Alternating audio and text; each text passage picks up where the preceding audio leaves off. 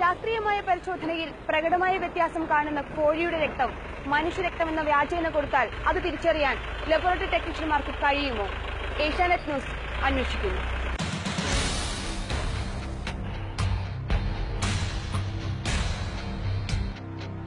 തമിഴ്നാട്ടിൽ നിന്നെത്തിച്ച മുട്ടക്കോഴി, പരിശോധനയ്ക്കായി മൃഗാശുപത്രിയിലെത്തിച്ച നായ, ഇവയുടെ രക്തമാണ് ഞങ്ങൾ പരിശോധനയ്ക്കായി എടുത്തത്. അതും ശാസ്ത്രീയമായി തന്നെ.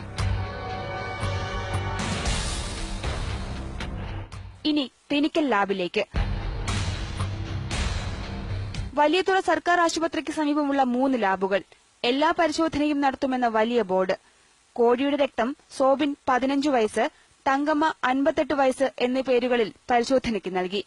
പട്ടിയുടെ രക്തം മണിയൻ 60 വയസ്സ് എന്ന പേരിലും.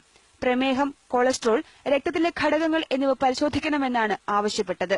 അതും ഒരു ഡോക്ടറുടെ പോലും കുറിപ്പടിയില്ലാതെ.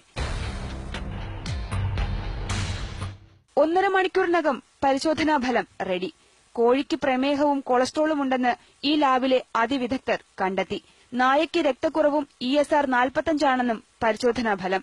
മാത്രമല്ല, ശ്വേതരക്താണുക്കളുടെ അഥവാ WBCയുടെ അളവ് മനുഷ്യരക്തത്തിലേതിന് തുല്യമാക്കിയുള്ള റിപ്പോർട്ടും കിട്ടി.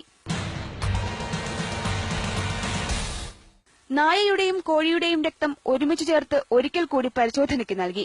അപ്പോഴും പരിശോധനാ ഫലം മനുഷ്യരക്തത്തിന് തുല്യം. ആരോഗ്യ കേരളത്തിന് മാനക്കേടാണിത്. ഇതിന് നടപടിയെടുക്കാൻ ആരോഗ്യവകുപ്പ് തയ്യാറായില്ലെങ്കിൽ നിർണായക ചൂണ്ടുപലകയാകുന്ന പരിശോധനാ ഫലങ്ങളിൽ നിരവധി ജീവനുകൾ പൊലിയും. ക്യാമറാമാൻമാരായ സുരേഷ് നായർക്കും വിനോദ് കുമാറിനുമൊപ്പം PR പ്രവീണ, ഏഷ്യാനെറ്റ് ന്യൂസ്, തിരുവനന്തപുരം.